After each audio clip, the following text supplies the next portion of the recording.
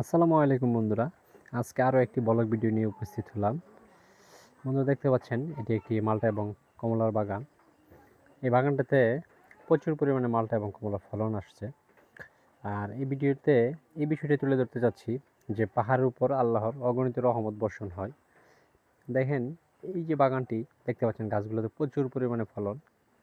এই বাগানটি যে জায়গাটায় গড়ে উঠেছে, এইখানে একসময় ছিল প্রচণ্ড জঙ্গল, পাহাড়। এই জায়গাটা পরিষ্কার করে এখানে একটি মালটা এবং কমলার বাগান করা হয়েছে। তো আমি যতটুকু জানি, এই বাগানটাতে প্রথম অবস্থায় খুবই পরিচর্যা করা হতো, কিন্তু এই বাগানটা গড়ে উঠেছে বেশি দিন হয় নাই, বছর দুয়েক হবে। তবে এখন এই যে ফলন আসার আগ মুহূর্তে বা ফলন আসার পরে এই গাছগুলোতে যে পরিমাণ পরিচর্যা করা দরকার ছিল, আসলে সেই পরিমাণ পরিচর্যা হয় না। দেখতে পাচ্ছেন গাছগুলোর গোড়ায় এবং আশেপাশে প্রচুর জঙ্গল।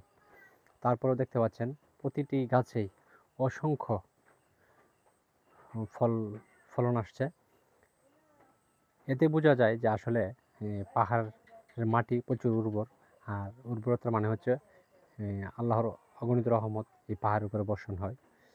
নাহলে দেখেন, আপনি দেখবেন আপনার বাসায় সমতলে যারা আছেন, প্রচুর পরিমাণে রাসায়নিক সার টার দিয়েও আপনি এত ফলন আনতে পারবেন না। কিন্তু এখানে দেখতে পাচ্ছেন সঠিক পরিচর্যার অভাব, তারপরেও গাছগুলোতে প্রচুর পরিমাণে মালটা এবং কমলা আসছে।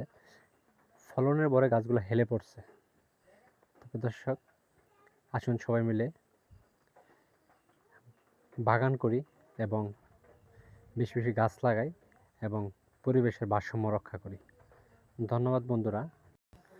যারা আমার ভিডিও দেখেন অবশ্যই লাইক কমেন্ট শেয়ার করে পাশেই থাকবেন। ধন্যবাদ।